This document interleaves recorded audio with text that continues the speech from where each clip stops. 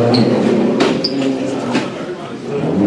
allegiance to the flag of the United States of America, and to the republic for which it stands, one nation, under God, indivisible, with liberty and justice for all.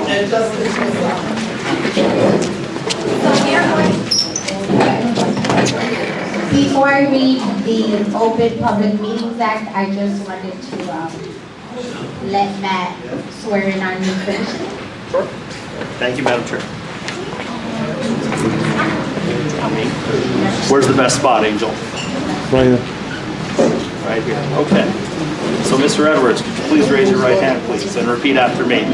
I, David B. Edwards, I, David B. Edwards, do solemnly swear or affirm do solemnly swear and affirm that I will faithfully, impartially, and justly that I will faithfully, impartially, and justly perform all the duties of the office perform all the duties of the office of Commissioner of the Commissioner of the Housing Authority of the City of Hoboken, of the Housing Authority of the City of Hoboken, according to the best of my ability, according to the best of my ability, so help me God. so help me God.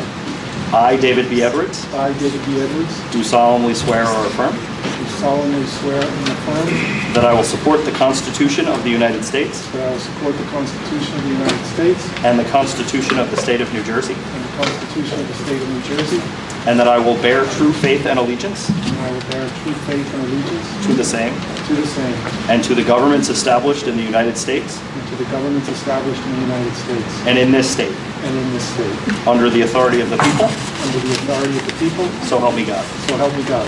Congratulations.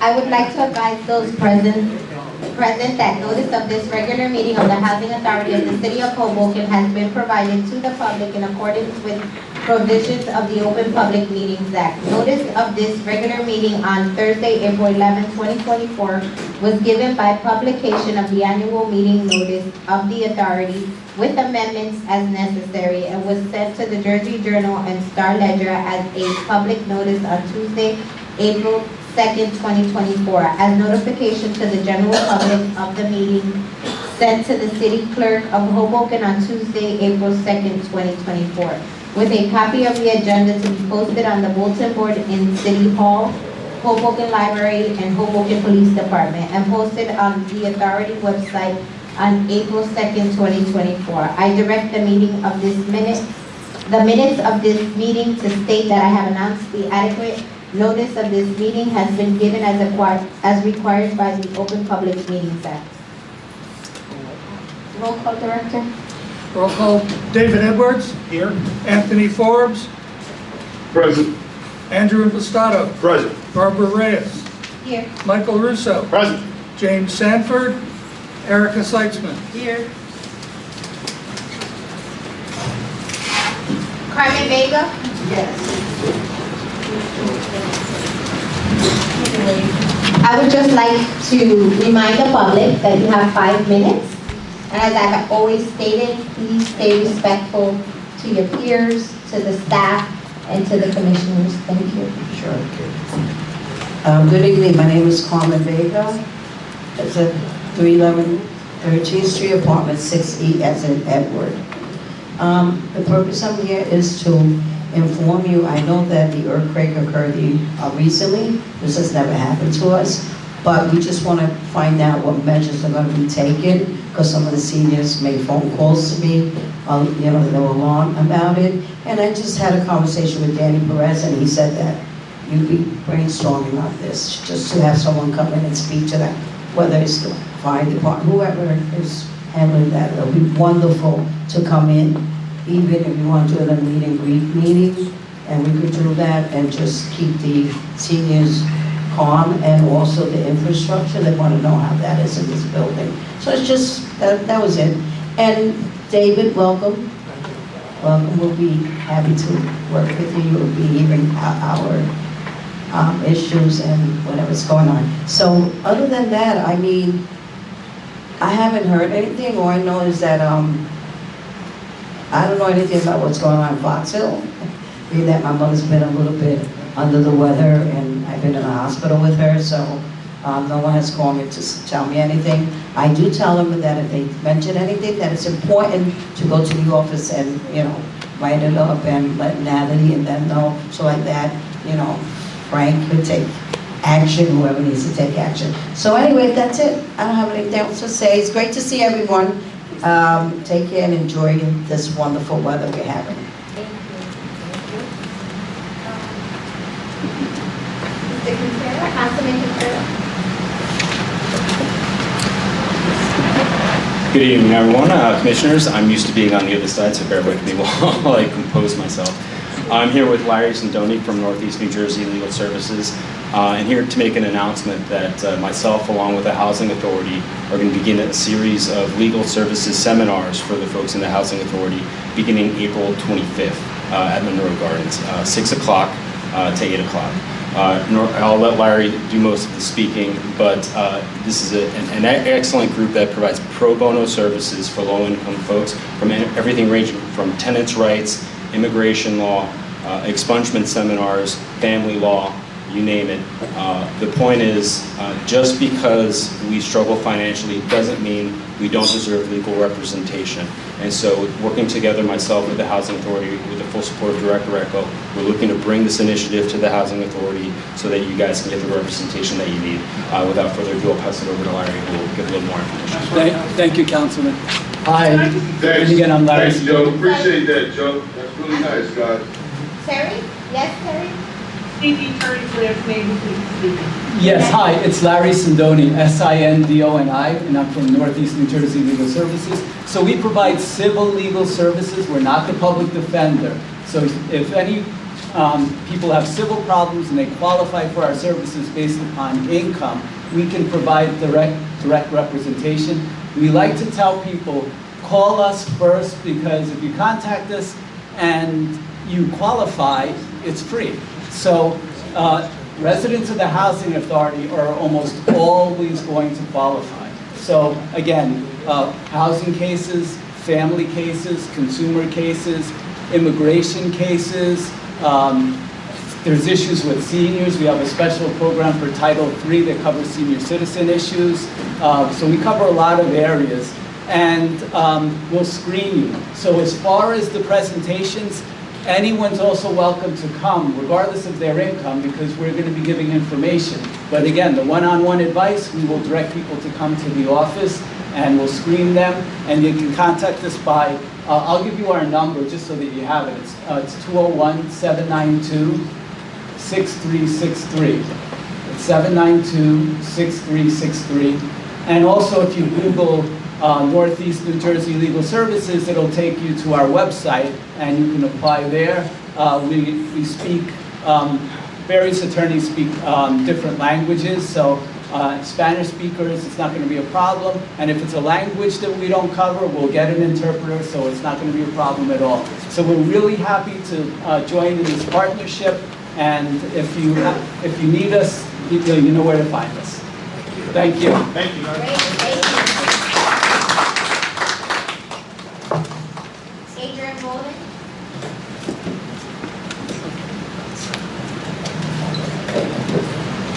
Adrian Rollins, R-A-W-L-I-N-S.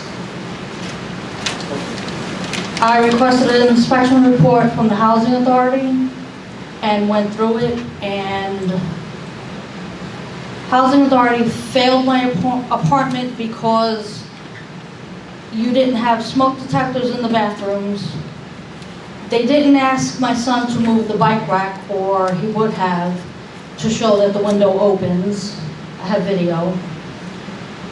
And the sprinkler in the bathroom is corroded from the leaks that were happening for the first 4 years I was in that unit. None of that has anything to do with me and my responsibilities. I also got a notice to cease for what the manager calls bad housekeeping, but I call it living in my unit. My children don't go out. My laundry gets done on a regular basis. It may sit in front of the dryer, but it gets done. It gets put away. That's not a problem. And there were a couple of other things that they noted that was quote-unquote bad housekeeping, which is not. I don't know where they figured that from, but I have pictures of the areas before and after. E-bikes in the units. Is there anything that the housing authority has about that? People are bringing those things into the units, into the buildings as well. And those shouldn't even be in the building, they should be outside. And not everybody brings their bikes outside. I see a lot of them going into the buildings. The issue with the back door, it's continuing. They keep kicking every single night between as early as 5 on my days off when I've heard it, until 2, 3, 4 o'clock in the morning, kicking to try to get in that back door. It wakes me up out of my sleep. It vibrates my kitchen when it kicks the door, which shouldn't happen, but it does. Last month you tabled the resolution to open the waiting list, and I didn't see it on the agenda for tonight. That is desperately needed, and when I texted Mr. Merchant, he said that yes, we'll do it next month, and here we are next month and it's not here. Also, we should make sure that we tell our commissioner that's consistently late for meetings, or not at all here, that he needs, the meetings were pushed to 7 o'clock a few years back because people needed to have time to get here. Well, it seems like everybody else makes it a point to get here, except for Mr. Sanford. He needs to get up on that game. Set a timer for after work to get here on time. There should be a punishment for that. Thank you, Ms. Rowland. Patricia Waiters.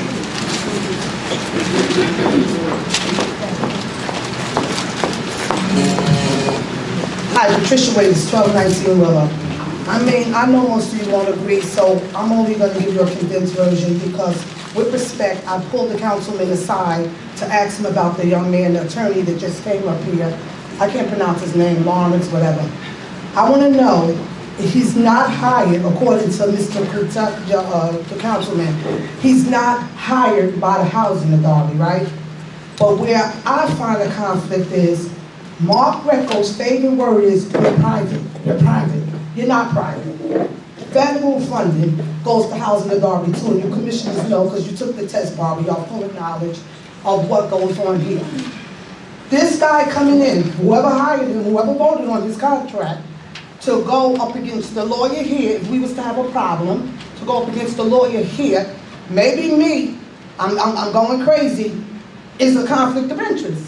Especially if you just said, welcome on board, that I'm under the impression that you hired him, okay? So I don't want to lose my chain of thought of what I'm here for tonight, but what I'm here for again, I love the fact that your commissioner chair, Ms. Reyes, put that on the record with every meeting, and she actually requested, she's not demanding it, everybody be respectful. Treat each other with respect, blah, blah, blah. Even when we get emotional, I still try to refrain from being ghetto, and I'm gonna keep it real. I try to respect everybody. But I'm not being respect, Commissioner. What do I do? What do one do when she walk that tightrope, cough everything up, and be a lady, and still get disrespected? So I'm gonna share with you today what my solution was. And I know you got the email from Kelly, okay, Ms. Peterson, okay? You got the letter, you got the email from her, Mr. Recca. It's sad that I can't depend on my commissioners, and I had to go to the state. And I asked Ms. Peterson to take me very serious, like I only asked you, with the retaliation with Mr. Merchant, with you trying to turn me against your management, with you trying to make me disrespect my commissioners that I won't do, okay? But when I come up here, you can't try to silence me. You can't call the cops on me and say, come and get her out of my office. You clearly violated my civil rights. So even if my son was wrong, the way you treat me, my car get towed 2 days later. I'm out of $400. Okay? So I said to you, Mr. Recca, when I woke you up at 4:28 a.m., I said, Mr. Recca, well, maybe Ralph was wrong. He don't know. We got family down there. He's spending the night with one of your workers' sons. Okay, but he was parked at the yellow line. I emphasized I was a correction officer, 17 years, and guess what my duty was? Courts. I know the courts, I know the laws in my sleep. I said to you, all right, you said the yellow line. Well, Patricia, I said, and then you sent me a picture of a yellow line in the woods. A yellow line, I asked you, was you familiar with Title 39? You said, I don't even know what that is. I said, so how are you going to ticket somebody's car and penalize them for committing a crime or something illegal, which you did, and told my car, when there was not even a ticket, no violation, no nothing on the car? You got to explain that to me, please, and your attorney, because I'm taking it further. I'm going to get one better. Then I start calling some of your residents, and they say, hey, me too. He told my car. When you do something wrong and illegal, yes, you're supposed to be held accountable. But that's the problem in housing. Too much illegal activities going on and no accountability. And I got facts. This ain't standing up here making allegations. Don't shove me out. Don't tell me get out the door. Because I'll do a Rodney King tonight. I'm going to lay on this floor. Because I want to be heard. I want to be respected. And Ms. Reyes, I will always give y'all respect. Because I learned arguing back and forth. You cut me off when I get to high on Pat Waiters. You block me right out. And it's so cute because I'm still keep coming. Ding dong, the witch ain't dead. I'm asking you again. Once again, I'm going to try it again. Do what's right. Shake that unethical behavior. I'm coming in your office again as a citizen because that's my right and my son's right and my daughter's right that was forced out of Hoboken because y'all don't like Pat Waiters and you want to retaliate. Young man, I can't get a night to honor Jeannie and say congratulations because I don't know you. I felt like I had hope with Jeannie being an old-time commissioner. But if you here because you politically appointed and politically motivated to vote on contracts that's not going to benefit my residents, I'm not going to say welcome aboard because you're going to have a bumpy ride. My name is Pat Waiters and you will see me again. Have a good night. Thank you, Ms. Waiters. Manuel Rivera. I'm done. It's lit.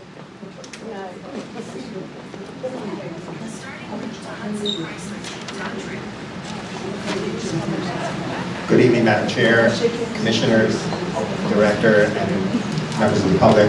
Madam Chair, I also wanted to speak as a fellow member of the public had mentioned.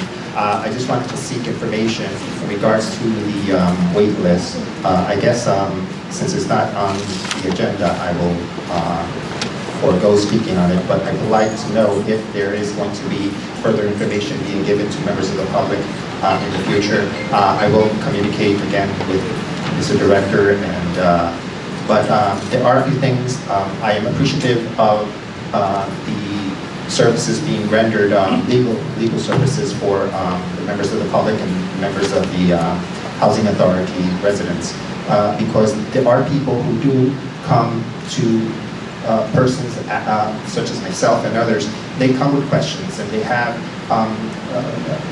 not too much faith in the system, and they don't know what resources they have available for them. So having this available for them, and if it's open and honest for them to reach, it is an important resource, and I applaud it. But I do hope that the members of the public and the residents of the Housing Authority do take advantage of this service, as well as I also wanted to speak.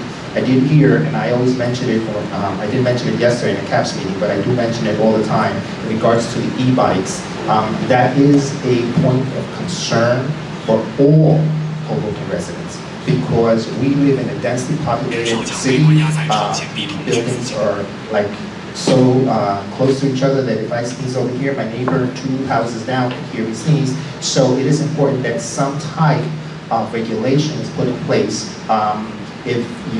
I presume if you need authorization from the council, I'm sure they'll get into that process as well. But it is important, it's the safety for all our residents, especially the seniors and persons with disability. So I thank you for listening. I do appreciate it. I welcome the gentleman. I welcomed him in the city council meeting, and I also welcome Ms. Jeannie Rodriguez. I was also here for her. I didn't know she wasn't going to be sworn in today, but thank you. But again, sir, we do welcome you. We do hope that you do adhere and listen to the concerns of the residents of the neighborhoods and the neighborhood. And you know that we put faith on each and every want to, because we know that you're here and you want to do the right thing. That's why you come, or else why would you be here? I hope that we get that special feeling back into this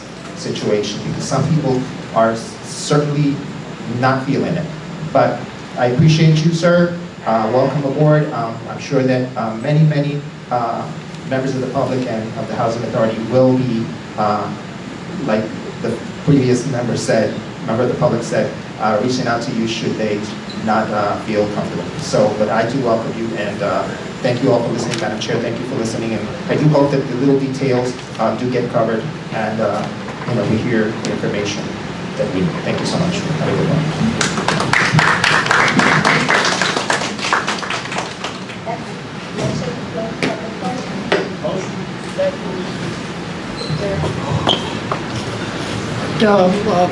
Roll call? Dave Edwards.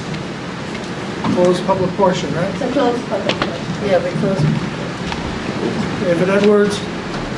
To close the public portion, that's the vote. Yes. Or just close? Yes. Anthony Forbes. Yes. Andrew Impastato. Yes. Barbara Reyes. Yes. Michael Russo. Aye. James Sanford. Erica Seitzman. Yes. Thank you.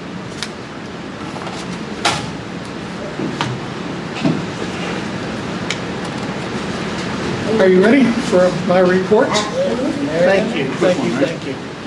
First, yes, we had some shaking ground last week, and I'm glad to report that there was no damage across the Housing Authority. We sent our folks out, we checked our gas lines, water lines, checked everything inside and out. If you'll remember, about 2 years ago, I think it was 2 years, time flies, but when that building collapsed in Miami, outside there, we had a structural engineer that came in, and we paid him a good chunk of money, and he examined each and every one of our buildings, a structural engineer, and gave us a full report that our buildings are sound, are very sound. So, don't worry, we're sound. Now, if a 7 earthquake hit us, we haven't experienced anything like that, but we came through with flying colors, and we can be as sound as we can possibly be. These buildings are strong. They go down to bedrock. So we're safe in that regard. And again, we did very intensive inspections after that, and we found nothing. We communicated very quickly with the city OEM. Thank you, city OEM. We were all on target together with the fire department, the OEM. We're all talking to each other, and we came through very well. We have this past month been working very hard on the Hoboken Housing Forward Initiative, our policy revisions, which includes, when they get to the board, our waiting list issues, hopefully next month, our management issues and project-based vouchers, and REAC this past month. We have had HUD come in and do their REAC inspections under what they're calling the INSPIRE protocol, so it's changing from HUD from REACT to INSPIRE. But nonetheless, they've been in, and staff has been very, very busy with them. We have results back from only one of the inspections so far, and that's Monroe and Adams, and we did very, very well. So we're happy about that. But it's been an interesting month with earthquakes and storms, and a break-in that I'll mention just in a little bit. On the redevelopment front, we've had a series of meetings with the city, instituting the required environmental studies for our properties. This is a baseline that we need in order to go forward with applications for redevelopment. City staff informs me that the approval of the city's agreement with the engineering firm proposed to be hired by the city is to be in front of City Council next week for approval. The city has to hire their own consulting firm in order to do the environmental study, Part 58, for these projects. The Fitzpatrick Law Firm has been focused, and staff, on finishing their RFP for development partners. We expect a draft to be completed this week. As a matter of fact, it was. And we've got it out for final review to our team. Once we get a final review and we make sure we're happy, I think it looks great, but we'll bring it over to you for take a look as we publish it, before we publish it. But it's really close. Good news. The Enterprise HUD team has recommended that I move up my schedule, and so we do have an ad out for what's called a development director. If anyone's interested, please come on and see us. We continue our regular meetings with the Enterprise team, including our HUD representative. Our contract with our consultant for future capital needs and planning is continuing. They're coming for a site visit on May 8th and 9th. That's going to be, we're going to give them the whole tour of all of our developments. The Enterprise team is working with us on projecting our needs into 2023 and beyond. They're working with us on a revision of our 5-year capital plans. Project-based vouchers, I'm pleased to announce that our requests for proposals for project-based vouchers have been published, both for the VASH vouchers, 2 separate RFPs, requests for proposals, one for VASH vouchers and one for single room occupancy vouchers. The deadline for submission is May 15th, so it won't be before the next board meeting, it will be after the next board meeting that we'll have the proposals back. Security issues, clearly at approximately 3 a.m. on April 1st, that was the day after Easter, the morning after Easter, someone shattered the glass to the main office door, entered the lobby, and pried open the rent drop box. The police found the issue at approximately 3:30. The remainder of the building was secure. We do have secure doors on the inside of that lobby. They could not get any further. And we do not accept cash rent payments, so that's another good news. All of the items in the box were checks or money orders. So far, we have a report from 9 residents that deposited their rent over that period. Just 9 so far. Now, of course, if you've got a check or a money order, and you're in that situation, you can put a stop payment on the checks. We're counseling each and every family. Or you can go back to where you bought that money order and put a stop on that money order as well. So we're counseling each and every family that comes in so we can trace it back. We are working closely with... I'm sorry, excuse me, Director. I'm Sure sorry thing. to interrupt No, you. please do. That's what it's for. Yeah.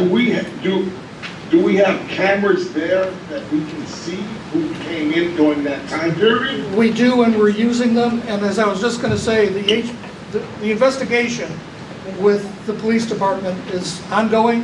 I don't want to say too much about where they are. We've been kind of briefed on it. So I don't want to say too much about where their investigation is. But we can see the person walking up. It was a bit dark in our lobby, so we're having some real good vision of the face, although it's hard to see with the stocking cap and hoodie anyway. But we are now leaving our lights on in the lobby 24/7, so it's very, very bright in there. But yes, Reverend Forbes, we have camera footage of the incident. Thank you, sir. And I would have known that if I made the meeting the other day. I apologize. Yeah. So we've taken the following actions. We have sent out alerts to all of our residents that anyone that did drop their money off or check off between Friday evening, that would have been Good Friday, and to about 3 o'clock in the morning on Easter Monday, day after Easter. Anyone that dropped off their rent, they may have gotten it. So please take a look. See what's going on. If you come in and see us, and we'll help you through. Should any costs be realized to any cancellations, we'll cover that cost. If you've got a small cost to cancel your check or get the money order back, Housing Authority will cover it for you. We did immediately make repairs to the doors and the drop box by the end of the day on that first day. We then went back and replaced the glass with a different type of laminated glass that gives an extra level of security. It's strengthened, tempered, and laminated to further strengthen the impact resistance. It's often specified for applications, forced entry security, banks, etc. It's the same type of glass that's used for anti-ballistic purposes. As a double measure, we're installing vandal-proof metal screening on the inside of that door. We have installed an extra heavy-duty security lock on that drop box. it is one huge lock on that drop box now. So even if somebody were to get in for any reason, there's no way they're going to be able to get into that drop box in the future. But understandably, many residents have now become residents, deposit payments in the drop box. That's okay. Walk into the office, we'll accept your payment right there in the office. Come to your manager's office, we'll accept your payment at the management office. No issues with that. However, the drop box is up and running. So if you come during business hours, no problem, but the drop box remains up and running and has extra security. We've also revamped our security alarm systems at all of our offices. We did have a security subcommittee yesterday. At our office, we had representation from the Hoboken Police Department. We had Chief Aguirre, we had Sergeant Collins, we had, I think, a very, very good meeting. So, Andrew, you want to talk about our meeting? Sure, yeah. It was one of the highlights for me there was discussing with the Chief of Police and staff about a new resolution that we're trying to get passed at the city council level to kind of keep our residents in check with citywide laws and regulations as they pertain to open containers in public places.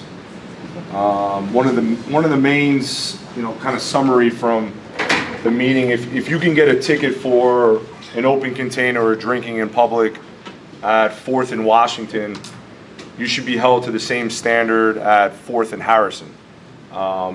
And in our recent experience in the Housing Authority with events that have happened, we have to kind of pull back the reins a little bit with the freedoms that we've been given to our residents as it pertains to parties and drinking in public, noise complaints. So we now have to, we're trying to put in resolutions. The city council, I talked to Councilman Quintero earlier. I think they're on board. I talked to Councilman Presenzano. They're also on board. But we're just trying to make it, so that the document kind of reaches efficiently across all aspects of the city, so that it's fair and it's the same thing across the board. It's not different for the Housing Authority residents than different than someone that lives in Hudson T on Washington 15th. So that was very productive. I think we have a meeting set up on the 22nd with the City Council Subcommittee on Public Safety, which is going to be important to discuss this more in detail. I thank the Hoboken Police Department for, again, just, they're just a great partner that we have.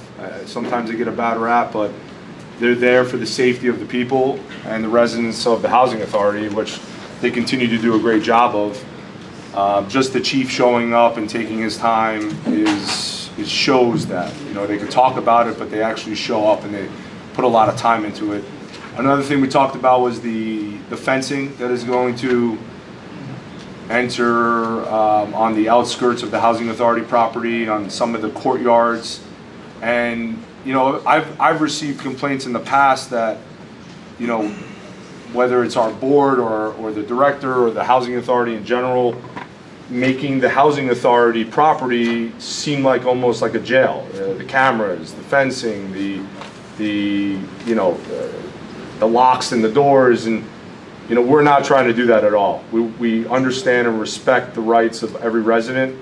We're just trying to make it safe for the residents, especially as it pertains to visitors that aren't supposed to be on our property, that are illegally on our property. And normally, most cases, what we find is that the crime comes from those individuals that don't live in Hoboken, don't live in the Housing Authority, are friends of friends that might, and we have to do a better job of holding those individuals accountable that are our residents, that welcome and invite those individuals that are out of town from different areas of New Jersey that come and make violence on our grounds. So the fencing and the new contract as it pertains to that is very important to increase the safety. And that's the initiative, that's the always in the back of everyone's minds when we have these meetings is how do we increase the safety. So that was important. We talked about the drop box. We also talked about putting ring cameras, which is a great idea by Frank and his staff under Director Recco's leadership to maybe install ring cameras at our senior and disabled buildings, starting I think here, right, Fox Hill? Yes. So that, you know, me and my colleagues are full support of that. So hopefully that gets done. Not to leave out the fencing money, because obviously I asked right away, where's the money coming from? And the money is coming from a grant from the state of New Jersey. So From the feds, though. yeah. Okay. Yes. So that's from federal government. Yeah. So that's extremely important, and that's compliments to you and your staff for filling out the paperwork and getting that done. Always look for opportunities to get that money, not from our pockets, from the city, right, from the state, and from federal. That's right. So very productive meeting. Yes. You know, for everyone that attended. Reverend Forbes, I mean, come on, man. He's not even listening. So it was a good meeting. So thanks again to the police. I don't know if you want to speak on any. It's my last meeting, man. I gotta poke. You apologize. That's it. You keep it moving. You're right, Rev. I was hoping you was jumping in, Mike. I was hoping you was jumping in, Mike. So that's all I got. Thanks. Thank you. Terry, can the record show that Commissioner Stanford has now arrived? Thank you. And I don't know if we can give. can. Yeah. Sergeant. Yeah.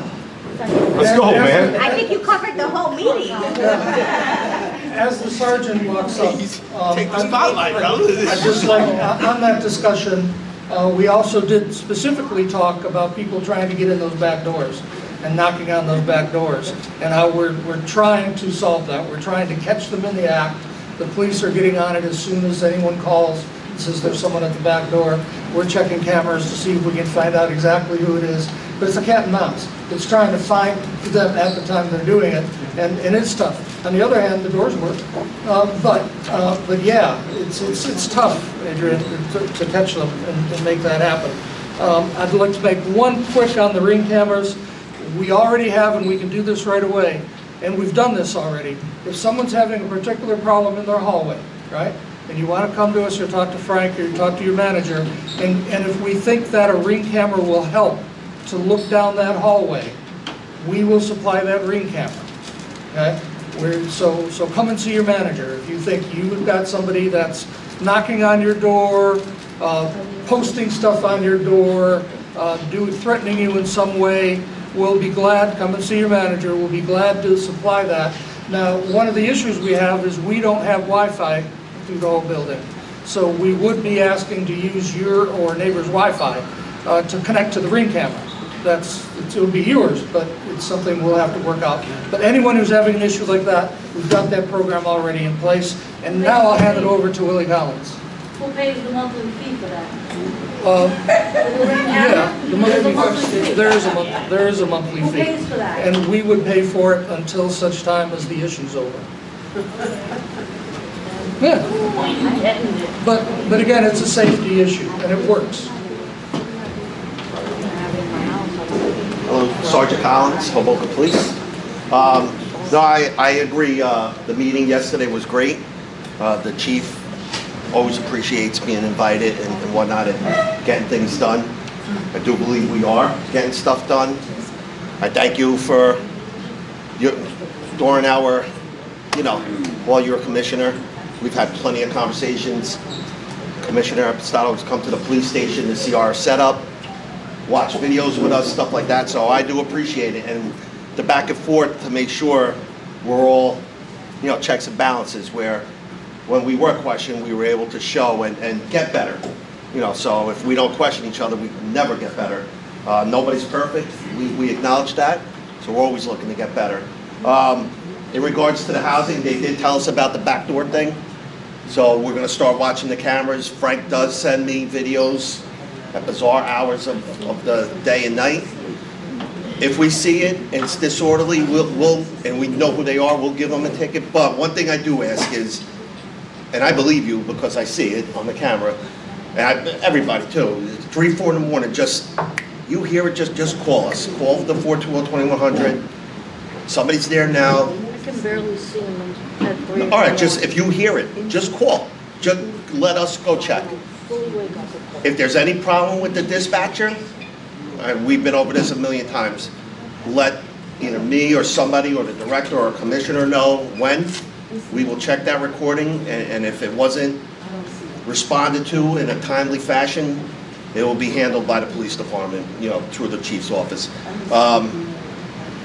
Otherwise, we look forward to the thing about drinking in public and what we're working on with the city's corporation council and the housing authorities council.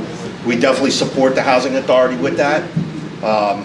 So we look forward to that and moving forward. Obviously, just more dialogue needs to be done, which that meeting on the 22nd I think is going to be good for us. And that's it. We've been moving forward. There's been significant arrests. If anybody ever wants to know, the Hoboken Police Department's Excuse me, I'm website. sorry. If you're having sidebar conversations, can you either go in the kitchen or outside? Thank you. It's boring anyway.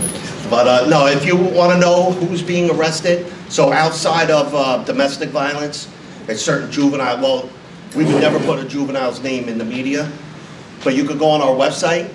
When you go to the Hoboken Police Department website, you scan down, it says arrest blotter. You can go on there and you'll see.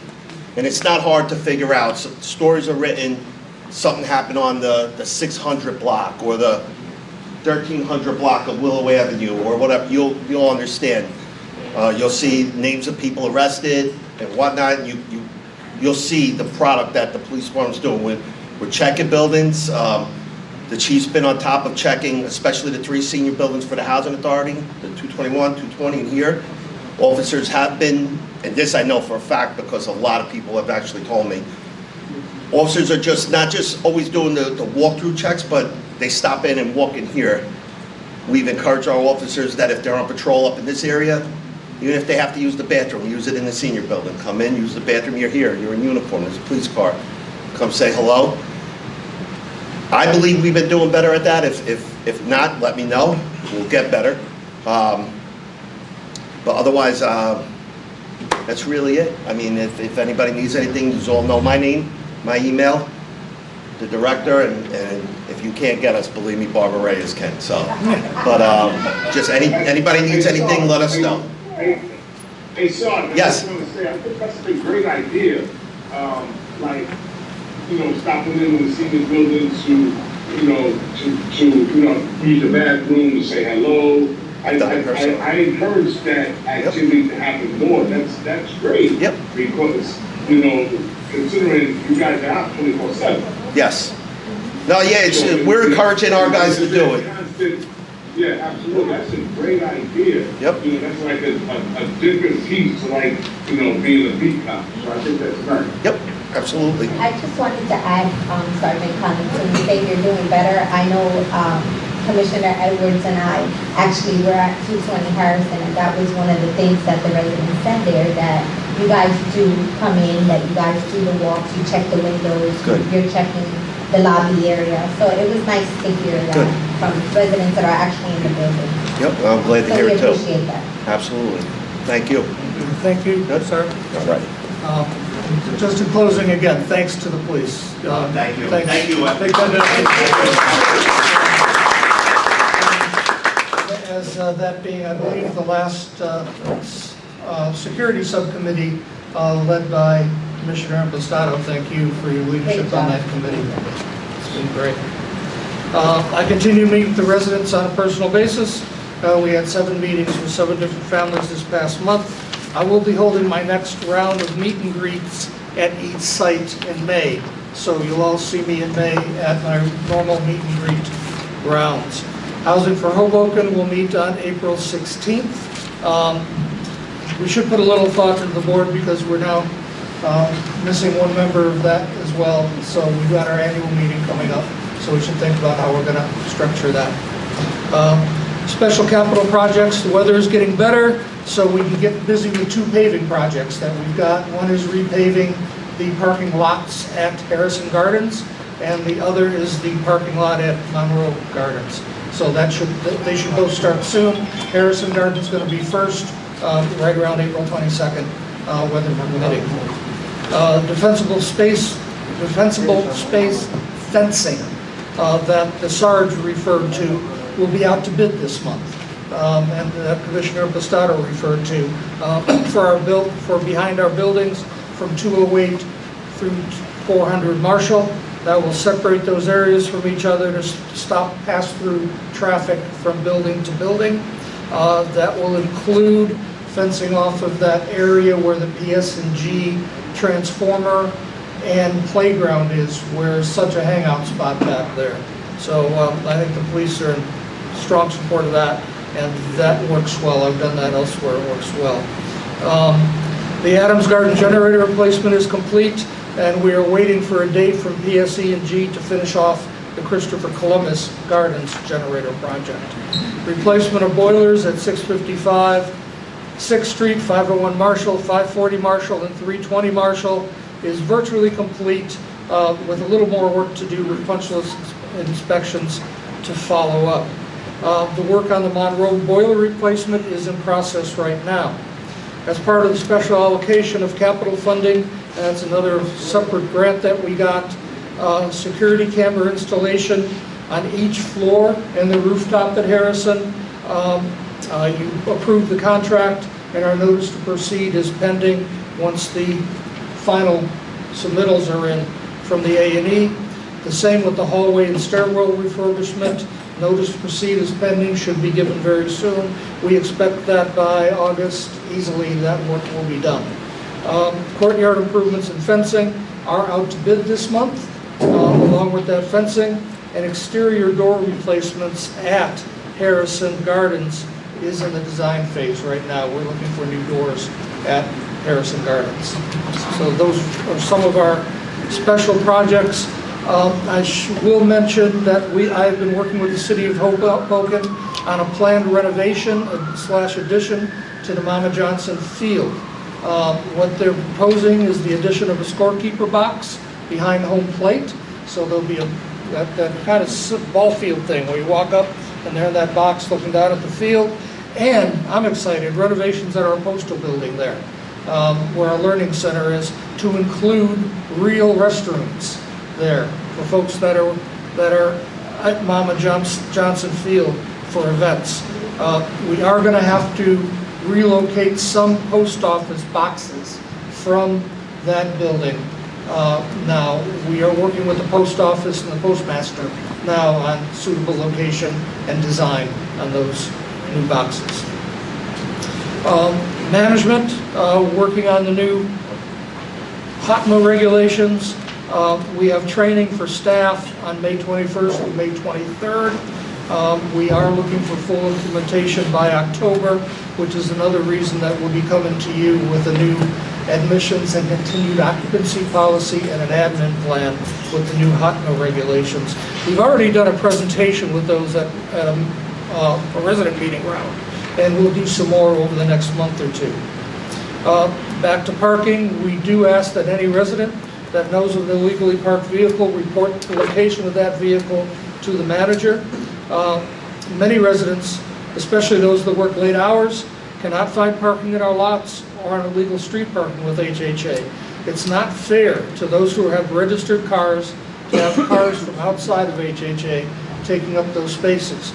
The yellow lines are there that indicate prohibited parking areas for safety reasons. All right, about 2 years ago, there was a major problem with emergency vehicles blocking access to our buildings. We worked with the fire department to make sure where we should open up those lanes and make sure they're open. They are there for a reason, for safety, and we must respect those. Any vehicle that is parked in the street, yellow lines, is subject to being towed, as I've said over and over again here. Any vehicle that has no sticker or is abandoned is subject to towing, and any vehicle without a current sticker, and only the appropriate resident's vehicle may be parked in a reserved spot for disabled. So we have done some towing, there's no doubt about it. I think we towed about 20 cars this past month. So, Occupancy and rent collection. Attachment A is a snapshot of our management reports. I'm very, very pleased that we continue an occupancy rate of 97% in public housing and a 97% at Fox Hill. That is extraordinarily good performance. In public housing, we had 6 new lease-ups, 5 transfers. That's 11 units, 6 new lease-ups and 5 transfers. That's cooking. And we had 4 new move-outs. At Fox Hill, we had no lease-ups or move-outs. Attachment D is my account aging report. Mr. Merchant, you want to give us a word or two on where we are with that account aging report? I want to start by saying thank you so much for all the work that the management officers are doing. And specifically, I want to mention Jimena today because she's been working very close with Matt on getting our courts cases ready. The queue is full, and as soon as we have court dates, it will start moving fairly quickly now. So the point of this whole exercise here is that we want folks to come and talk to us. Just like with the parking, whenever there is towing, people come and register their car, and people come in and get caught up, and we just need folks to come and talk to us. We are open for repayment agreements. Our goal is never to evict. Our goal is to get the payment, the tenant accounts receivable right. We must pay rent. We must include everybody's income that lives in the household. These are things that we need so that we can give you the best service possible. When we are operating at the best, when we are fully occupied, when we are collecting rents, we will have the funds and the available staff to give you the things that you need. So as we're going through it and as we're working towards the future and the redevelopment, and we talk about what the next couple of steps are, we always must remember that there are going to be buildings that are going to take longer to get to the redevelopment. And we need to make sure that those buildings stay in excellent or in the best condition that we can keep them to that point. And that all ties in to what we can do through accounts receivable. So I just ask everybody to please, if you have a family member or a neighbor or someone who feels that they're getting these notices and it's understandable, you get that notice to quit, and come to the office. If we can do a repayment, we will do one. We are offering more than one repayment. If for whatever reason your first repayment you fell off, come see Jimena and we can enter into a second repayment. At that point, we will still give you one last opportunity in court, and that's what we're hoping to see some dates coming soon, and that's where we're going to take it from there. So I really do appreciate all the hard work. I know that it's painful as we correct things and as we try to make things better. It always seems to hurt someone. But our intent is never to hurt anyone. Our intent is to get everyone to do the right thing by all of us. We're moving as one. So these numbers that you see here do reflect a very positive thing in my eyes. Our percentage of balance was at 41% last month in the snapshot, and we are at 36%. So all that really means is we collected a little bit more rent, and some more folks came forward and entered into repayment agreements. And of the families that are on repayment agreements, the important thing is to stay current on your repayment and continue to pay it. And that is getting better every month and every month and every month. So I thank you to all those that are doing it, and together we will get to that place where we can be better, okay? Thank you. Cheryl, I have a couple questions. Absolutely. So I'm not sure why we changed the snapshot report, but this doesn't really give a good indication of like where we were at, like coming out of COVID, and where we're at today. Because I remember every month it seems like there's a different report given, or a page, a printout. Layout. So it would be nice, for the commissioners going forward, I think, to have like an update, like a scoreboard, to see exactly where things are. For example, percent of accounts delinquent, you said 41% last month, 36% this month. What was it when we first got the report? Some kind of charting of that information over time. I think that can be done. Well, no, yeah, but that's a question for you, Frank. So what was the percentage of accounts delinquent when we first got this report? I don't have the answer to that now, but I could get that to you. But what I would say is this format that we're looking at, we have been using for at least 6 or 7 months. The only thing that I changed this particular time around is we added our pick numbers, which are the top, the third and fourth line. And then just so that, because I know that there was questions about where we are in the process of court, this is so that you guys can see as we get the court cases through the queue and into court and out of court. So that was just to give you, but other than that, it's been the same. But I agree with you. At the bottom of the report, I can add a graph that will give you guys a kind of like a 6-month, kind of like when you look at a credit report or something, or where it gives you a historical line. So I'll give you that at the bottom that you can refer to if that'll be helpful. Yeah, and then also the dollar amount. What was the dollar amount when we first started? Was it like $1 million? In the beginning, it was over $1 million, and then we went into repayment agreements. So right now we have $501,000 in repayment agreements. So technically, we still have that $1.4 million. So it's the sum of the 969,000 plus 501. So the 969,000 is just money that's outstanding without including the repayments. So the repayments are now the ones that are considered long-term debt, so that they don't show up in the monthly balance, but they're both together still the same amount. So the difference was when we first started, let's say they owed $1.4 million, but there was no plan for recapturing any of it. Right now, we have now a third of the families that have entered into a repayment agreement. So between the third that entered into a repayment agreement and what's left, now once we go to court, what we're going to be left with is families with very small balances that are manageable to do through small repayment agreements, or we'll be able to then proceed with court with families that are just not making that. One more. So of the 403 units that makes up the 969,000, you're saying like 130 are, 150 are repaying? No. No. 403 are not paying at all. Correct. So I mean, no offense, but I think we have to relook at what we're doing. And I know the court system is not going to get the money back. So the court system is just going to get the people out so that we can get new people in. But it seems like, and this has been going on for at least 2 years now, right? Where we're trying to get the money back. We haven't really dented or come up with a way to get in touch with these people and get them repaying. So they're either saying in their minds, forget this, I'm not repaying that money. The housing authority doesn't know what's going on, I'm not going to repay it. It's going to take forever to get me out. And when they get me out, I don't have to pay the money back. Right? So I know 2 years ago we were like, we got to knock on doors, but this is pretty alarming that it's still 403 units that we haven't even gotten in contact with. Yes, and I think that a good indicator is always what's happening nationally. So yeah, that's no, I know, but if I may. So nationally, we're at 40%.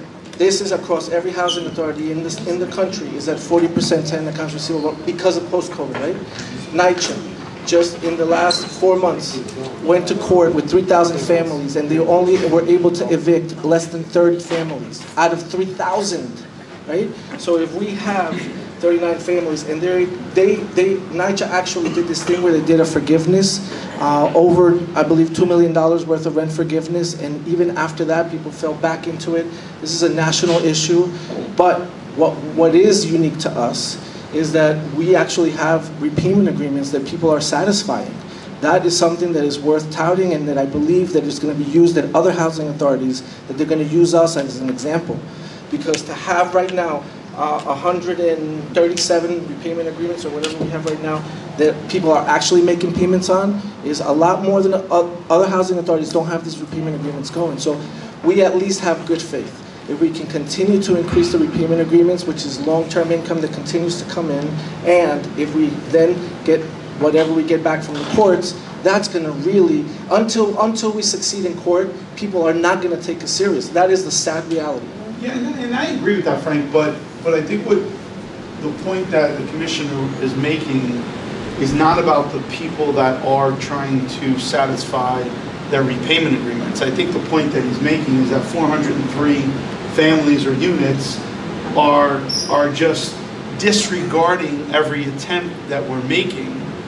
And we need to, and I don't want to put words in your mouth, Commissioner, but the way I understood it was we need to rethink those 403 units as opposed to the other units that are doing as much as they can to comply. I think we continue down that path with those that are willing to comply, but I think the Commissioner is correct in saying there may need to be a shift in our strategy with those units that are not doing anything, that are not even making a return call to say, hey, I'll do something, or hey, I can't do anything because I don't have an extra 10 cents a month to put toward a repayment agreement, right? They're not even giving the courtesy of calling down to their manager or the office to say, I am aware of it and I will try to work with you, but this is going to be a long haul, right? So those people that are totally disregarding our efforts to make them whole, I think there has to be a change in strategy. I think the Commissioner's 100% right in that. I'll be welcome to any. Yeah, and I don't, and you're absolutely, to your point, I don't have the answer for that, but I think we should all start to brainstorm. Well, well, we talked about this 2 years ago, is that, I remember asking for a spreadsheet. Lists, yeah. A list of, okay, here's unit 1 through 10. We sent them an email. We called them. We knocked on the door. We waited outside their unit. Maybe, and if all those boxes are checked, I want to see that sheet that looks like that. Where every 403 units, we called, emailed, knocked on door, left flyer underneath door, we waited outside their door. Now, if you show me that, and I see the evidence of like, man, they're really trying. Like we can't even see these people. They're like ghosts. I wholeheartely don't think, and I know you guys have a lot going on. I know. I'm not trying to say like, this is your fault. No. But I think we can maybe take an extra step to try to get in contact with some of these people. 403 units is a lot. Like, for not to even see them is... When does it become a point that the apartment can be abandoned, right? If you're doing all of this and nothing is working and you can't get into it, when are these people actually abandoning the apartment? Maybe. Right. And not only that, if that's the case, then how do we go about it? Because if we're doing like what you're asking, and when is the housing authority actually allowed? Nobody's opening the door, nobody's responding. When can the housing authority actually go into the apartment to verify if anyone is even living there? Is that even allowed? I don't know. Inspection? Let's talk about that sequence, because I do think our staff has reached out to every one of these families. Every single one of these families has reached out. We may not have camped out in this lobby to come in, that last option of yours, but we've reached out. They haven't responded. Once that happens, we give those notices and then it goes over to legal eventually. I believe, I'll let you talk, but I believe that the answer to you is when we get an eviction in court, we get possession of the unit. But go ahead. I mean, that's the simplest answer. There are certain instances, very case specific, where you could theoretically enter the unit if you thought there was some sort of risk to the person in the unit or things like that. But the housing authority can't be in the business of just helping themselves into units for no reason. Well, not for no reason. But without authorization, just because the tenant is essentially ignoring you when it comes to rent collection. You have to go through the proper channels. So it's very case specific. There are certain situations where we've talked about the possibility of checking to see if the unit's empty and how we would go about doing that. But in terms of 403 units, would not be my advice to essentially start going into 403 units without authorization. Don't we have a policy in a senior building that if we don't hear from them, that it could be a health concern that you enter the that would be, so health concern would be one of those things. Usually I think that comes up in terms of maybe a neighbor who checks on their neighbor regularly. And so this doesn't fall, no response from a tenant doesn't fall under a wellness check? It's a slippery slope. I mean, to me, a wellness check because you have a concerned neighbor is not the same as you haven't heard from them regarding rent collection. So that wouldn't rise to the same level. I think it's. I understand your point. We might win, yeah, I mean. So again, it would be very fact sensitive. Can I ask this question? Do any of these units that are totally disregarding our temps, do any of those units have parking spaces? No.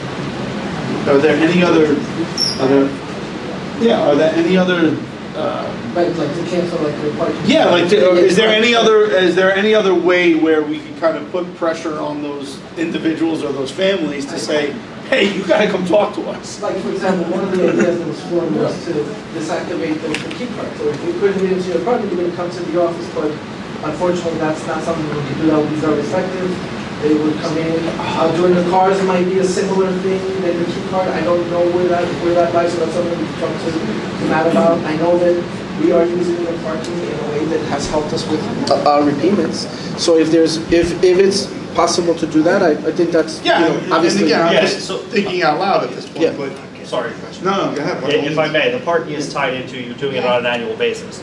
So it's tied into the annual recertification. So that's part of the, come in and talk to us. So that's been effective, I think, in that sense.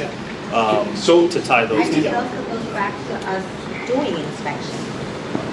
Right, another would be annual Like inspection. doing inspections, and I know it's hard, and I know we have big caseloads, but if inspections were being done annually, as it's stated in your lease, you would have known if that person is there, because you receive a notice that they're going to inspect your home, and then you don't, no one's there, no one's showing up, they send you another notice. Then you kind of start to realize, wait a minute. Inspections, so we have. How often can we do an inspection? Every year. We have in our lease that we can do an annual inspection, without a doubt, and we have. And we haven't come back with like 100 vacant units or abandoned units. We just haven't, through that.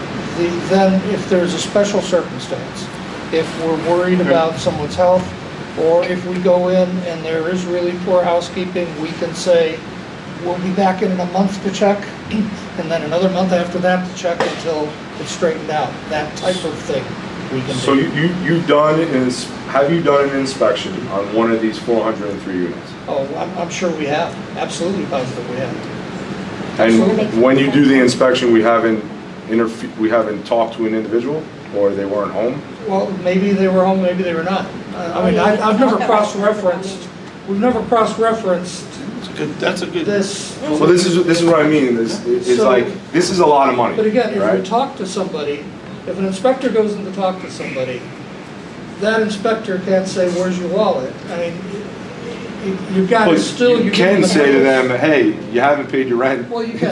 3 years. You can, and we do. We're just, curious what's going on.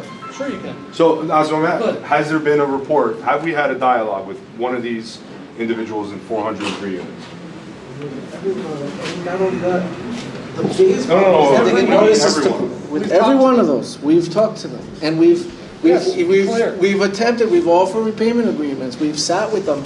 Half of them are not recertifying, which is another reason why they're not going to be able to, where we got to go to court for, because they're not coming in to recertify. Their annual recertification they won't even do. I think I'm missing. Yeah, we're working under a different assumption here. Yeah, no, I We thought were it was assuming something- that you didn't talk to any of these people. No, that's not true. No, and not only that, certified I'm sorry, letters go out every month. can we to the speak state. one at a time, please? Thank you. Thanks, Yeah, Ted. we need to talk one at a time. Love you, Ted. Did you get that confusion? Yes, I did. So, I was this is on my point, we're like, But Andrew, I thought you would say, because listen, every month, every single month, all of these 400 families receive a regular letter and a certified letter. Right. They don't receive the, Wait, hold on. no, I'm Because saying. I think you misspoke earlier. Just answer this question. Out of the 403 units, Yes. you made a point earlier that you had not reached them. We can't get in touch with them. No. We've sent them, we've called, we've knocked. That's what we. What I meant by that by the 400 families, that in spite of everything that we've done, they're not entering into repayment agreements. It's not because we haven't tried to reach them, because they have not entered into one. So We have reached them and they've declined. they've declined, or we may have not seen. Or we may not have seen them. I don't know What the percentage of the percentage. 403 have we actually talked to? Well, I'll tell you what. 200 of those have not recertified. So we can't even get them to come in and recertify. So they're like 2 or 3 years behind on recertification, which would make them lose their benefit anyway. So here's, listen, if I could just. Yes, please, please. From what I'm hearing, the process in getting in contact with these 403 units, developing lines of communication, recording those lines of communication, and developing some type of strategy to get them to pay rent is flawed, okay? So I don't know the solution. My suggestion would be, because it's so much money, is maybe we look at hiring someone or a company or individuals that we could pay hourly to knock on these doors, start building Excel spreadsheets, developing an idea. Okay, there's, we did an inspection on 319. We talked to 2 individuals and start to see exactly what the trends are. 19 out of the 403, we haven't even seen a person or talked to people in over 3 years now. And wouldn't that help to build the case if in fact we get to court and we, as the housing authority, come into court and say, here's the log of dealing with Joe Schmo, right? And we've talked to them 28 times, and after 28 conversations, they still refuse to enter into a repayment agreement. They still refuse to pay their monthly rent. They still refuse to do whatever we're asking them. As opposed to a person goes before the judge and says, I never knew I had to pay it back. It never came out in an inspection. Or I never got the letter, or I never got a phone call, or Correct. I got... You have it documented. He said, she said kind of thing, right? We do document every time we reach out. I think the real answer is, how do we get it through the courts? I mean, when somebody doesn't come in for a recertification, that's an evictable issue. Correct. And how do we get there, right? I mean, that's really... Right, for something like that, the answer would be it's a notice to cease. Right. Giving them a certain period of time to recertify, come in and recertify. And then if they fail to do that, then you have the ability to issue a notice to quit. Right. And So then... I'll ask this question then. How many notices to cease have been sent to this 403 units? And how many notices to quit have been sent to this 403 units? Well, obviously, we don't have that at our fingertips tonight. Right, and I don't need it tonight. Yeah, I understand. You understand my point, right? Like, where are we in that process? Because and that should be remember, we're always working in the dark, right? We have no idea what you guys are doing day to day in the office, right? So when we look at it, we're looking at it in a snapshot, and we're looking at it from a perspective of not having probably 95% of the information, right? So I think it just, we're at a point where, and you could sense the frustration, I'm sure, from all the board members, but even the staff, right? Like, we're at a point where we got $1.5 million that we have to make up somehow, and we're probably not going to make that up. So at the very least, we want to get to a point where if we're going to evict tenants, we want to find tenants that are making sure they're paying their rent, right? We want to try to reinvigorate this sense of community in our authority. So that's my fear then becomes, this is my fear, and I'm a resident down there, is that these people are going to come out of the woodworks when the renovations happen, right? And then, because they're so behind, they're not going to be able to come in. And then they're going to turn around and say to everybody, I told you they were trying to put us out. I told you that's exactly what's going to happen. Yeah. So I think, I think we have to come up with a better system, because that's what they're going to use as an excuse for us to state that we're pushing them out. And it's not the case. Anyone that comes to these meetings obviously know that we're trying to work with these people, but unfortunately half the city doesn't come to these meetings, right? Sure. So they're going to believe what they're saying. Sure. So I think we need to get on top of it. Yeah, and I look at this as like it's a business, right? So we have our shareholders, which are our residents. We're the board of directors, and we have director, or CEO. I don't think you're doing a good job of demonstrating in the boardroom to us exactly where we're at, right? Because you're losing $1.5 million essentially for our company, right? And I would like to see, and I think our commissioners down the road, charts to see exactly where we're at and where we're going, so that trends, trends can be identified. I think you've made that clear. All right. I think you've made that clear tonight. You haven't asked for one before, but I'll be glad to supply that.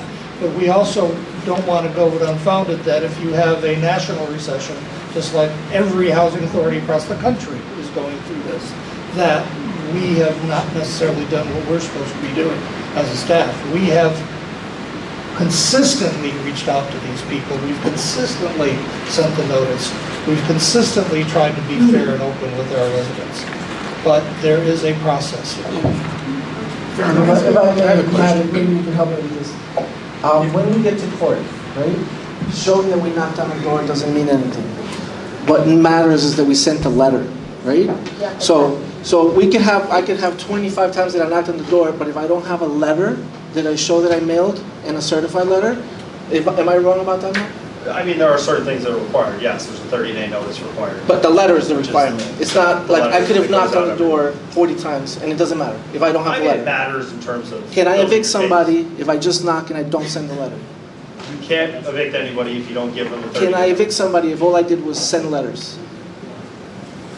If I sent letters, notices to quit. Sure. I Right? mean, if you can establish that that amount is owed and it has. Correct. No, that's what I mean. Like, if I didn't knock on a door, but if I sent a letter, can we evict? If they didn't owe them, if they owe the money and it wasn't paid. If you didn't knock on a door and you sent the notices. Yes.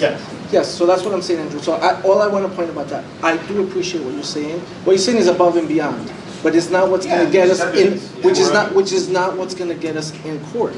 But if we get through court, if we can get a few cases through court, that is what we need. We need to go to court for recertification and we need to go to court for rent. So that the first time somebody says to somebody, my neighbor just, and then, oh man, I gotta go recertify. We don't have teeth right now. They're not coming in because there's no fear. The process started 2 years ago. So I could tell you roughly, Mike, that for the last 2 years, everyone on that list received a monthly notice to quit. Right? So at the very least, there's been 24 notices because we've been doing this for at least 2 years. So there's at least 24 notices. So Frank, you and I both know that, and I'm sure our attorneys, and we have an attorney in the audience that sometimes is potentially on the other side of this conversation, we all know that when tenants get into court and evidence is presented and the tenant stands up and goes, yeah, but I never got that letter. The judge is going to, at the very least, the first time, the judge is going to go, you know what, I'm going to give that tenant the benefit of the doubt, right? And that happens more often than not. That's why the director just made the statement about or it might have even been you, 3,000 cases, right? They only got 30 people evicted. Because those judges all said, I'm going to give these tenants the benefit of the doubt. But when you build that case, when you have the letters that you send, certified, hand-delivered, you had an employee of the housing authority actually enter the unit and have a conversation and document the conversation. And that happens over the course of 6 months, 8 months, a year. And now you have 20 to 30 pieces of evidence that you had a physical conversation or a letter or a certified letter. That's when you build that case. That's when the judge then has a much more difficult time saying, I'm going to give that tenant the benefit of the doubt. So that's all we're saying. We're not saying that you're not doing it the right way. No, I'm not saying it's out. What we need to do, right? It's like everything in life. We control the things that we can control. We can't control the court system. They got their own headaches, and believe me, we don't want any part of that, right? But we need to control what we can. You asked a question? Yes, thank you. So, Commissioner Vestado, you don't think the director is doing a good job? I apologize. Yeah, I'm not going to answer. You're not going to answer me? Okay. Well, my question to you is, if you don't think he's doing a good job, why did you vote to give him a $25,000 increase in salary? You're not going to answer my question? Okay. Any further questions? Yeah, on I this? do have one more question. So if you don't think the director is doing a good job, would you make a resolution or a motion to terminate the executive director's contract? Commissioner, board, I might add that we're veering dangerously close into something that might require a rights notice. So yes. Well, I'm not discussing please be guided employment. I'm just asking hypothetical. It sounds like, Well, it Commissioner sounds Estrada like more said he than a doesn't think he's hypothetical. doing a good job. Sounds like more than a hypothetical. On one issue, on one small thing. Thank you. It's a small thing.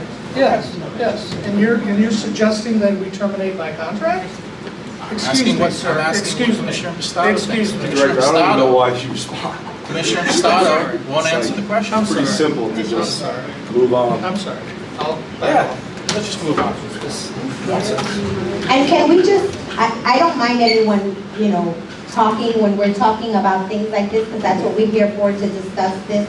But can we keep at the topic at hand? I think sometimes we kind of fall off track, and it just brings it prolongs this meeting well over what it needs to be. Yes, absolutely. Thank you. And I think we all sometimes, everybody gets heated, but I think we kind of agreed a long time ago that the board is the oversight, and it's okay to ask questions, and everybody can ask questions back and forth, and everybody should sort of get, try not to get too upset, because that's what everybody's here for the right goal, as long as you're not trying to attack anybody. Because we're here to find solutions, not attack each other. Yes, thank you. Director, could you continue with your report? I can. We've been so busy with our REACT this month that we've really, really focused in on that. One of the things that happened, I think, because of that is the maintenance report was a little bit late. So it's in the back of your thing tonight. That's the maintenance report that usually comes to you digitally ahead of time. But we included it today in person. I'd like to note again tonight the tremendous challenges that our maintenance and management department teams face in keeping up with the needed repairs on our old and deteriorated buildings. The reason we've got to redevelop is because our buildings are old. Our waste stacks are breaking continually. Our water supply lines are breaking continually. There's no way to just go in and replace those waste stacks and those supply lines. We've got to deal with them as they break. And our maintenance teams do a great job doing that. A day does not go by without that broken drain stack, a supply line, plumbing failures, an electrical outage, a sewer backup or failure in a boiler water system. These issues are not regular maintenance issues. These are not every day. When you have a building that's 10 years old, this does not happen. And the only way to eventually fix this is to redevelop our properties. The only way to do this is to get new buildings, because we are not going to be able to have 2 elevators in a building until we build a new building.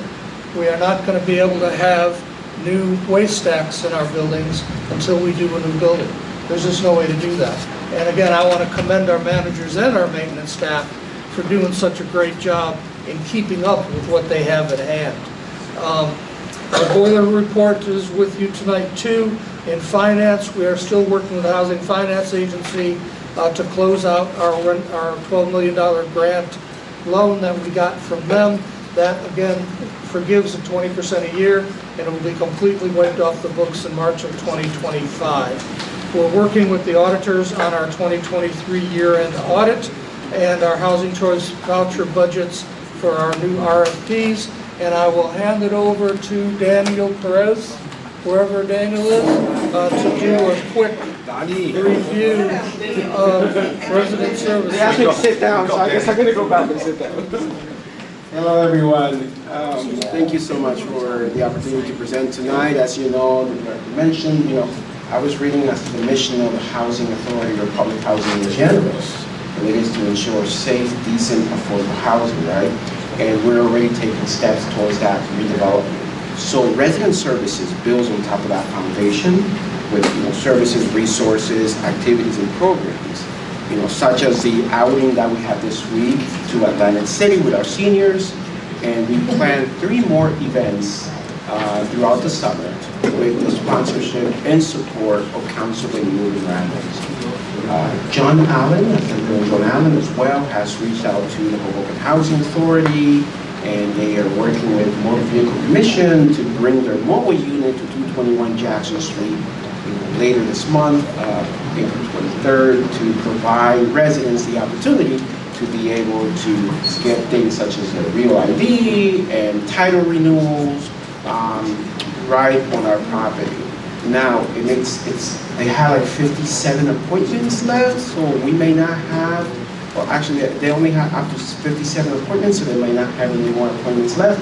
But I'm going to be reaching out to Mr. John Allen, asking him to please work with Board of Vehicle Commission so that way they can come back to the Housing Authority, hopefully later in the summer or early fall, so that way many of our residents can take advantage of this amazing service. Additionally, we're working with our program providers, right, such as Amazing Food Society at 411 Marshall Drive. They have an amazing program. I want our kids to take advantage of that. They have tutoring, they have homework support, they also provide guitar lessons and self-defense. Please do not forget also the Hoboken Public Library Learning Center. They have an array of resources for our kids, so please take advantage of all the online services that they provide. We're working also with Act Now Foundation in the city of Hoboken to bring our Lunch and Learn series to all of our senior buildings. And some of the topics that we're covering is anxiety and depression and Alzheimer's. And this is something that we started early in March here in Fox Hill. We're rotating closer to August to all of our other senior buildings. And also, we're working faithfully and continue to support the efforts of the Hoboken Food Pantry. They have been with us through the pandemic, and they continue to ensure that they provide nutritious foods to our residents, and this is happening twice a month on Fridays at the 221 Jackson Street location. I want to ensure, and I want to say this personally, please, as we move towards this redevelopment, I also envision us rebuilding and also developing our community. But we can only do this together. There's a lot of programs that the Housing Authority has partnered with to bring on our site, and we want our families to please take advantage of that. Don't forget True Mentors. Please do not forget Community Lifestyles. They're using our wonderful facility, Mama Johnson Field. And please do not forget the other amazing organizations that continue to contribute to our families. So please do not forget to bring your kids, and let's all join in. And truly, as we move forward towards this physical development of our community, let's also build, the social aspect when it comes to our residents. So, thank you very much. Thank you, Danny. Now, very good. Danny, I have one very important question. Yes. Who won in Atlantic City, and did they buy lunch? So I usually am treated by Miss Carmen Vega. But no, we did have some residents. I heard the winnings in the 400, 600. Nice. Oh, yeah. So we did have some good ones. That concludes our report, Mr. Chairman. Thank you, Director.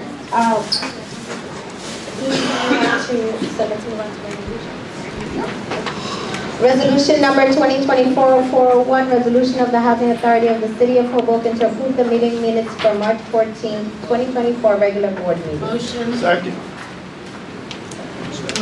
The Director, comment? Dave Edwards. Abstain. Anthony Forbes. Yes. Andrew Pistato. Yes. Barbara Reyes. Yes. Michael Russo. Aye. James Sanford. No. Erica Seitzman. Yes. Resolution number 2024-0402, resolution authorizing the payment of monthly list of bills for the Hoboken Housing Authority. Motion. Second. Questions, concerns? I have a question, Sure, Chairwoman. sure. Taste Buds Hoboken board meeting dinner. What, can you just go through what that is? Sure, where were you? I'm on the first page under administrative expenses. March 2024. Would that have been the RAB board meeting, Daniel? No, Mr. Recco, that was, there were some sandwiches purchased prior to the March board meeting. Gotcha. For staff. Gotcha. I had, thank you. I'm clear now. That is on my authorization before the March board meeting. We did have a staff meeting, and we supplied some sandwiches for the staff before the board meeting. What's Taste Buds is a restaurant? Yeah, I don't know who went to got it, but I guess Taste Buds is a restaurant. I think it's taco truck. But I think. Oh, it's the taco truck, yes, that's the local vendor. There's some good tacos. Okay, Thank you. monthly contractual expenses, the Slade Elevator Industries. You know, I thought in my existence on the board, I'd never see another elevator cost after doing that huge project. But Yeah, well, two things. One is we still have some elevators that haven't been replaced. We do. which one was this for? Well, there's a number of them that this would go into, and there's still, things still happen to elevators even when they're new. Do you have, Emma, do you have the list? I got it in front of me. Okay. So none of these buildings were from the elevator project? Doesn't seem... Emma, you want to go back to that? So there was some water damage to one of the buildings. I believe it was 300 Marshall Drive, and even though that was a new elevator, that it was outside of the scope, and we do have an insurance claim in on that. There is also maintenance costs of approximately $6,000, and that's throughout all of the project. Like, even though they're new elevators, the warranty is up. The warranty on the elevator? Yes, the warranty on the elevator is up. What type of warranty? So after getting those elevators, there's only it was a 5-year warranty? It was a 2-year warranty. 2-year warranty, wow. Okay.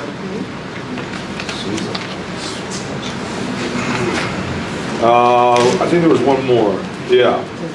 So I remember a couple meetings ago, we talked about, and I thought we agreed that we were going to kind of disperse the money for luncheons to multiple different restaurants across the city of Hoboken, especially those that are very generous to our city. You know, in efforts of what you just talked about, Daniel, in building community and partnerships.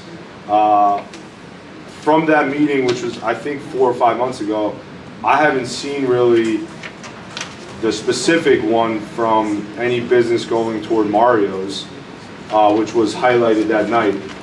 And on this one, we talked about trying to, you know, I'm just confused because I thought we agreed that we're going to, you know, share the business across the city of Hoboken. It seems though it's still being dispersed to the same people. So I'm not against any of these companies, and I'm all for pro-business, and you know, if the food is good, you go back.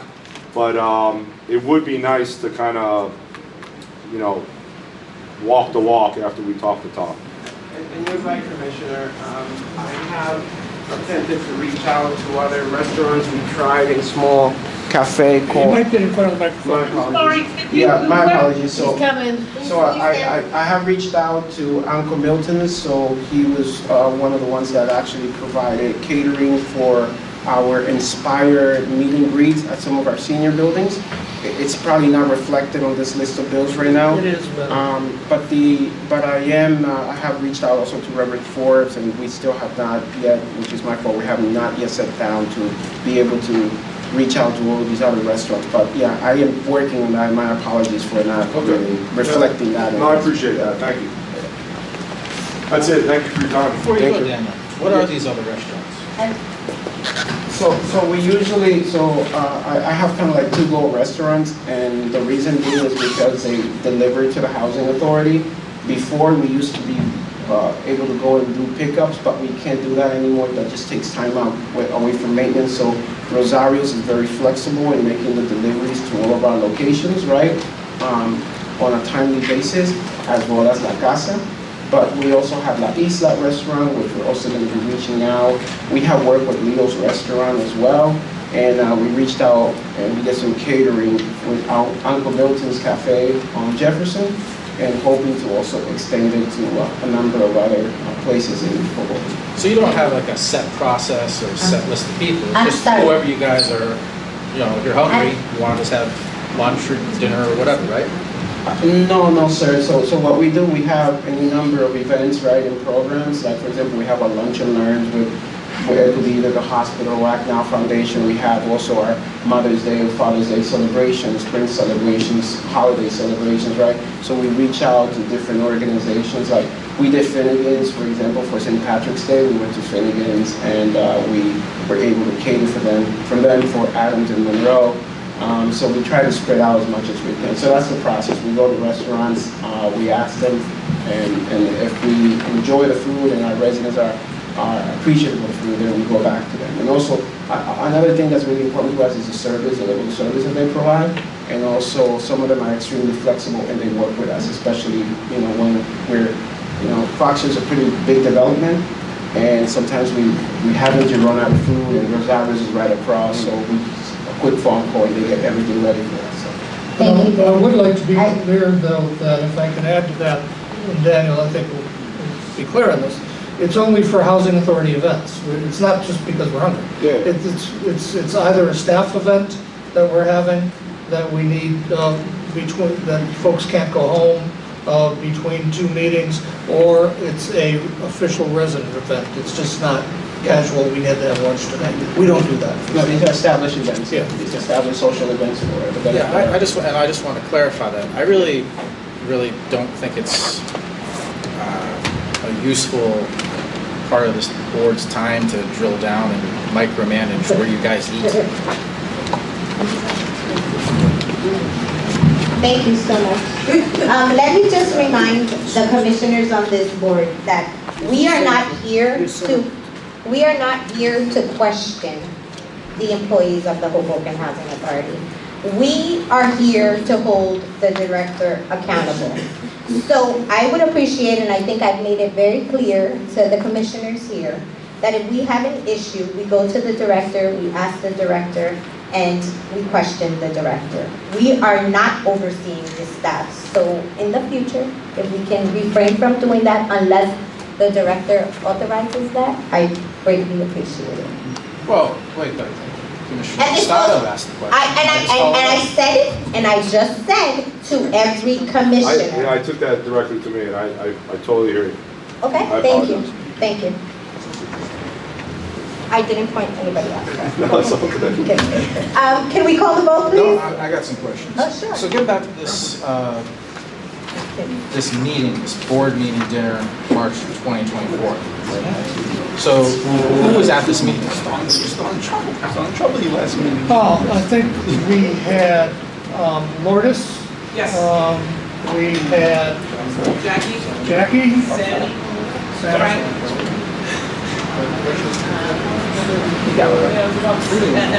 I'm not able to hear. Okay, I'm sorry. She said it was Lourdes, Sammy, Frank, Becky, and the director, and Jackie Medina.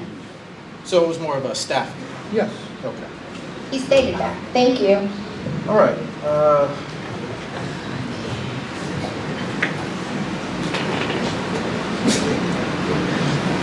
So next item is item 11, page 1. Fitzpatrick and Waterman. So $8,625, is that correct, Mr. Fitzpatrick? Yeah, that's what's on there. And what kind of work was performed? Legal. Was any work performed on preparing resolutions? Well, yeah, I mean, I think any work that they did over the course, and they worked with us a lot on various issues.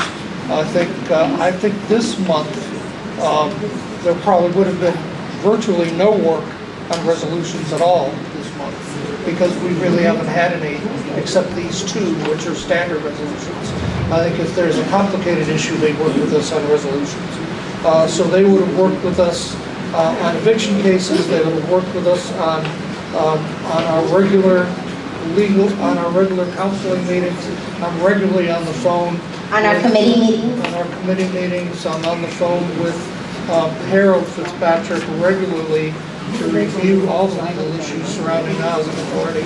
And Frank and his team, and sometimes I, in those meetings, are on the phone with Matt regarding resident issues and things we have with legal issues there. They have also been working very consistently with us on redevelopment issues, on preparing the RFP, reviewing the RFP, being with us during meetings with our redevelopment team. So those are kind of the highlights of what they've done with us this past budget. If I may, Director, the question is appropriately directed to me, but that would be for the period starting at the beginning of April. For the period that was billed for the month of March, there were 18 resolutions on last month, so we sum all of those 18 resolutions. Okay. And so for this meeting, there are no resolutions. So you did no work whatsoever on resolutions. Well, there's two resolutions. There's two resolutions. Yeah. And you did work on those two resolutions. If I'm not mistaken, Emil, you there? I think Emil and I drafted these two. I don't know if we even sent them over to legal. Yeah, I believe that Fitzpatrick had reviewed it once the packet was out, and they did provide some comments. But Lourdes had drafted the minutes, and I drafted the list of bills.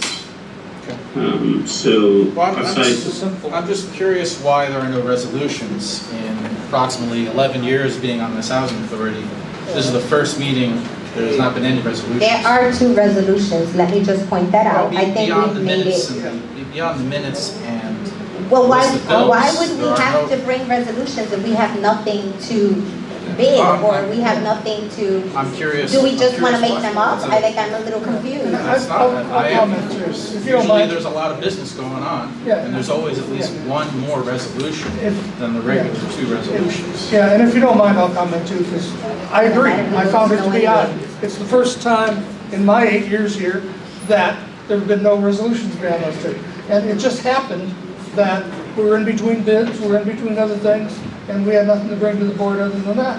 And that works. We're And still I think you conducting the business. explained that to all these commissioners, and it's, I just want to point out that you were not the only commissioner who actually had a question about this. There was other commissioners who had questions about it, and he stated the same thing, that in many years, that this is the first time that he really had nothing to bring to the board. But we had 18 last one?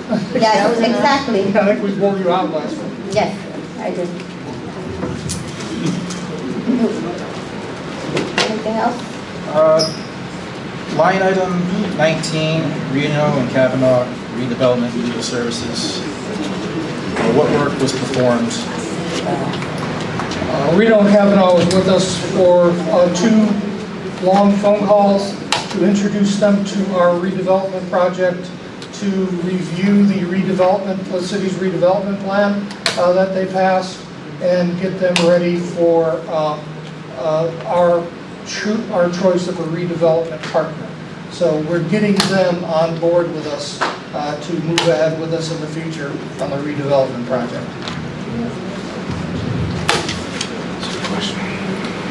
Okay, Madam Chair, I'd like to make a motion to remove line items 11 and 19 from the list of bills. Sure. Motion on the floor. Does anybody want to second that? Sorry, there's no second. Motion fails. Any further questions, Commissioner? No, thank you. Okay, so can we call the vote, please? David Edwards? Anthony Forbes? Yes. Andrew Impastato? Yes. Barbara Reyes? Yes. Michael Russo? Aye. James Sanford? No. Erica Seitzman? Yes. Okay, thank you. So before we, sure. So before we close, as many of you heard tonight will be Commissioner Impastato's last meeting. As a resident, Andrew, I know that you and I have not always seen eye to eye, but I do want to tell you that I do appreciate you on this board. I do appreciate what you have done as far as being on this board, and I know that you're, and I reference to you, you're a numbers person, right? So, and I do appreciate you, holding us accountable, not just, sometimes we miss something and you catch it. So as a resident, I just want to say that I do appreciate your time, the time that you gave to the Housing Authority on this board, and what you've done and how you have, how can I put it? I appreciate you working with us on this redevelopment. I think that regardless of how you have felt at times, you have always tried to do what's best for the residents, especially with this redevelopment, and I really appreciate that, so thank you. Thank you.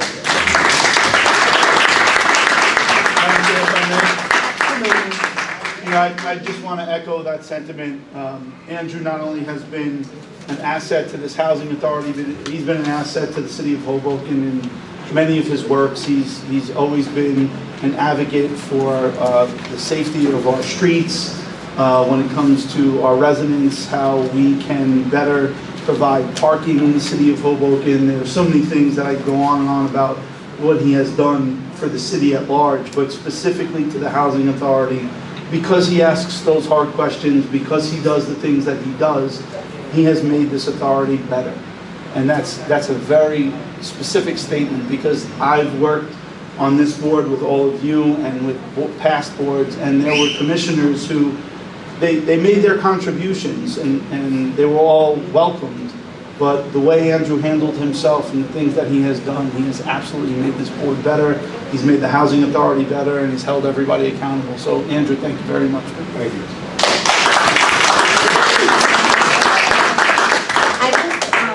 Andrew, would you like to say something? Yeah, it'd be great. Yeah, it's been almost 6.5 years.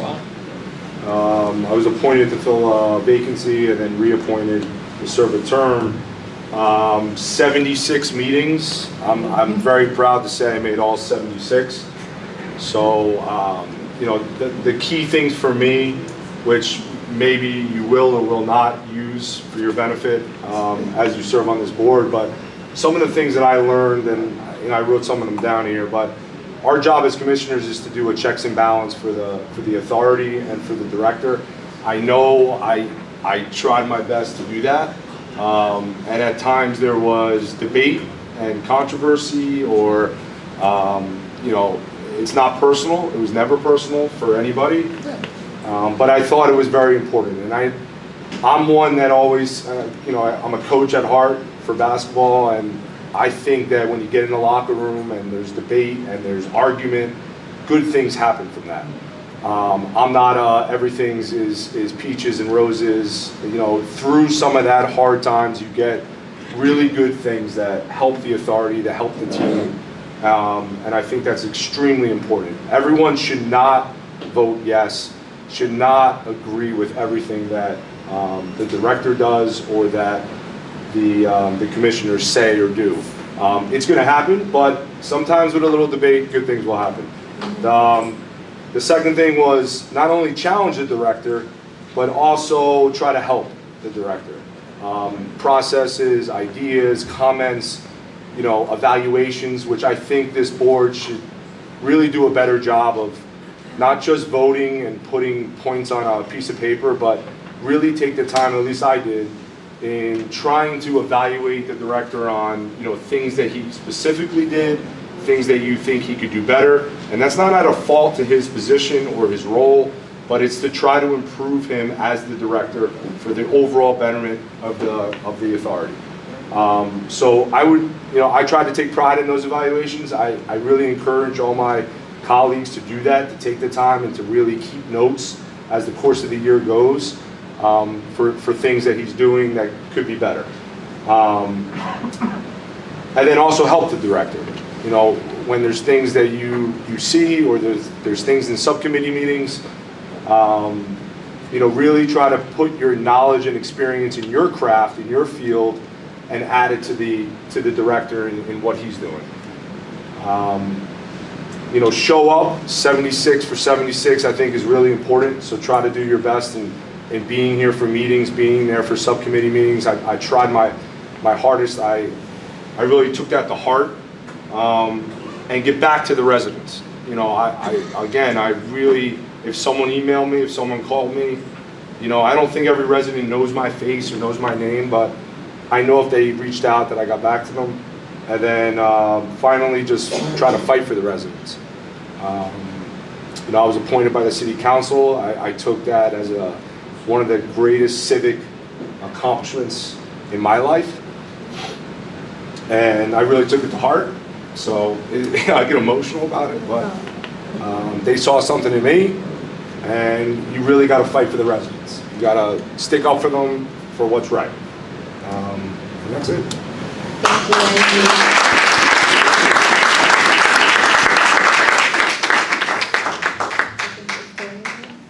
I just, leaving that topic again, with you. I hope you still come around. Of course. And still are around. I'll be at that podium on the other side. Okay. I just wanted to, I read yesterday an article, and I just wanted to put it out there because I think it's really very important. I read an article that the Southwest Festival has been canceled at this time by the city of Hoboken. And the reason I'm the one saying this is because I'm a resident of the Housing Authority, and this makes me upset that our festival, right? I would say our festival because I think the Housing Authority put so much pride into that festival last year, into working with the city, into making it something that not only our residents were able to enjoy, the neighbors from the city, I mean from around the corner to uptown who came down and joined us. So it really saddens me that the mayor has done this. And as a resident, I feel I had to let everyone know that I just feel it's not fair. And I think we just need to hold our elected officials accountable for what they're doing. There's other festivals in town that are not being canceled. And as a result of that, that's one of the feelings. That's one of the reasons I feel it's unfair. So it's not about having a festival, it's about why are we not having a festival there and in other parts of town.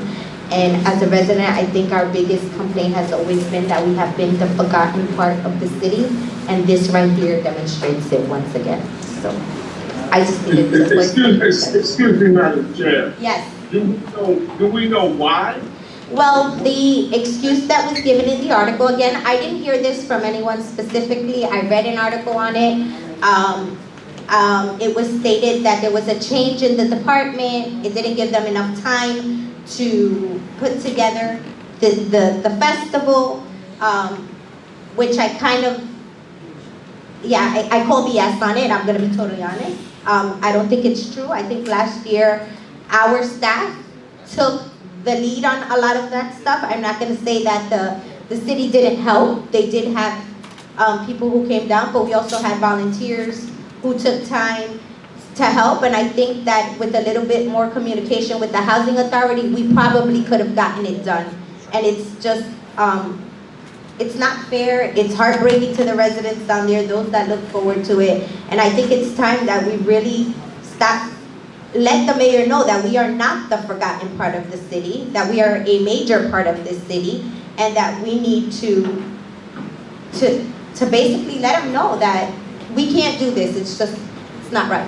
So, Councilman Russo, you're here, so I'm not talking to you as a commissioner, I'm talking to you as a councilman. I think this needs to be brought up in front of the city council.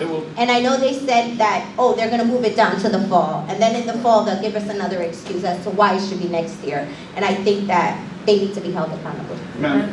Can I answer? Well, myself, Barbara, a few other people volunteered. We worked closely with the volunteers, and I think the thing that I took away from is that everybody in Hoboken came out, and the West Side showed off, and we were so proud.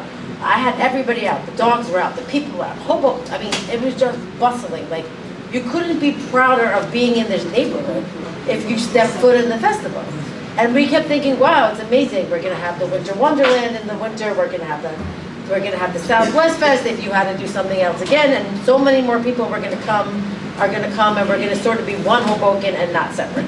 So I think we need to just work on becoming one Hoboken and not separate, and that was an amazing way to do so. Madam Chair, if I could just add, last year I was proud to be a sponsor of that festival, and Councilman Ramos, and I'll speak for him, and I never do this, but I will speak for him because I know he's very upset as well. he called me last year and he basically just said, Mike, I need money, right? And it was no problem. Like that is the way we view the west side of Hoboken. That is the way we view our community and the Housing Authority and beyond, right?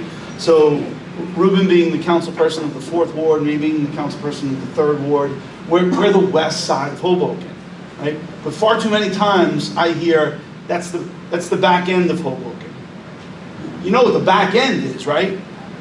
And it irks me beyond belief that those little subtle language choices happen constantly. Those little subtle changes in festivals, they bother me. Those little subtleties in the way the west side of Hoboken is treated versus the other areas of Hoboken. It's got to stop. Last year, the commissioner hit it right on the head. Last year, we brought our community together with other communities in the city of Hoboken.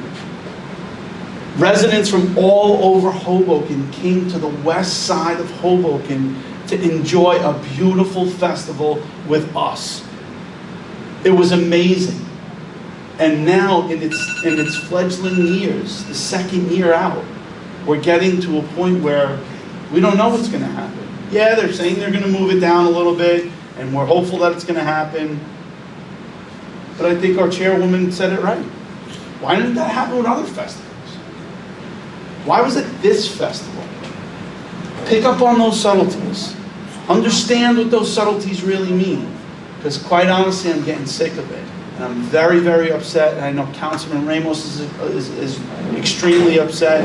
And I promise you, Madam Chair, it will be brought up at our council meeting. Thank you. Point of order.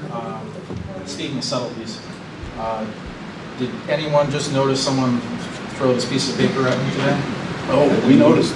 Noticed? I didn't. I'm sorry, I did not. I would ask the director or council to see if it's relevant to this board. I don't know why the person gave it to me. Did she say?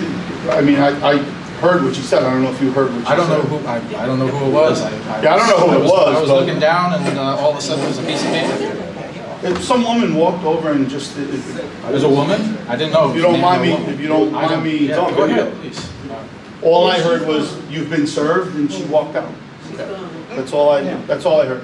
So Mr. Sanford, you've been served. I did, sir. Yeah, we also. As an individual or as a member of this board? We wouldn't know that. I mean, if she didn't put her name on the public What does it say? portion, we wouldn't be able to. I have no idea.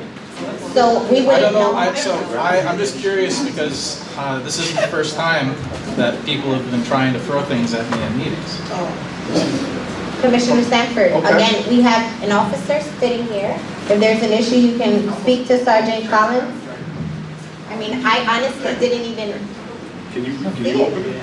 Well, the last time someone tried to give me a piece of paper here, the director and council took a look. We're not talking about the last time. We're talking about what happened tonight. The paper was given to you. It was not given to the director. It was not given to our lawyer.